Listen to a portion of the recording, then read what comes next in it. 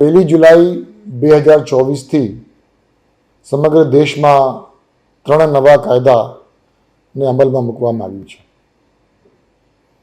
અને એ કાયદામાં ટેકનોલોજીનો મહત્તમ ઉપયોગ થાય એના પર ખાસ ભાર મૂકવામાં આવ્યો છે. એવી જ એક ટેકનોલોજી છે જેને આપણે કહીએ છીએ ઈ સમન્સ. અત્યાર સુધી કોઈ સમન્સ અને વોરંટ હોય તો એ સમન્સ અને વોરંટ મેન્યુઅલી કોર્ટમાં ઇસ્યુ થાય, પછી ટપાલ મારફતે એ જે તે જિલ્લામાં જાય, પછી જે તે પોલીસ સ્ટેશનમાં જાય, પછી એ આઉટપોસ્ટમાં જાય કે ચોકીમાં જાય અને ત્યાંથી કોઈ પોલીસ કોન્સ્ટેબલ કે હેડ કોન્સ્ટેબલ હોય એ પછી જે વ્યક્તિને સમન્સ કે વોરંટની બજવણી કરવાની હોય એ એમના ઘરે જાય.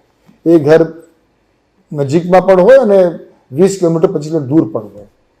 એ ત્યાં જાય એટલે એને ઘરે હાજર ન મળે, એટલે પાછા આવે ને ફરી જાય.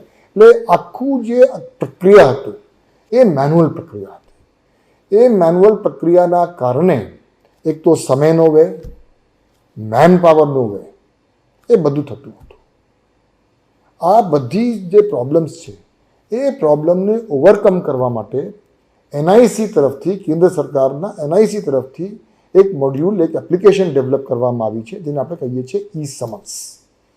હવે ઈ સમન્સના માધ્યમથી કોર્ટમાં જ્યારે કોઈ પણ સમન્સ કી વોરંટ જનરેટ થાય એ ઓનલાઈન જે તે જિલ્લામાં અને જિલ્લાથી જે તે પોલીસ સ્ટેશનમાં એ પહોંચી જાય.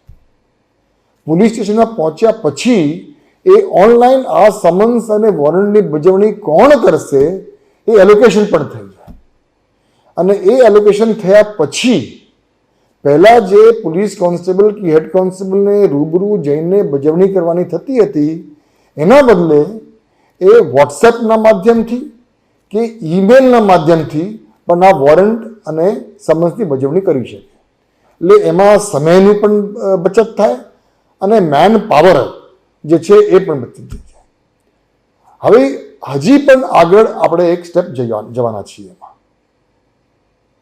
એમાં કોર્ટથી બારોબાર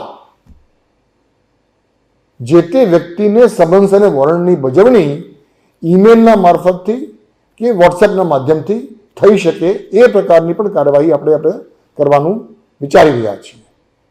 અને ઇલેક્ટ્રોનિક માધ્યમથી સમન્સ અને વોરંટની બજવણી થાય એના માટે આપણે પ્રયાસો કરી રહ્યા છીએ.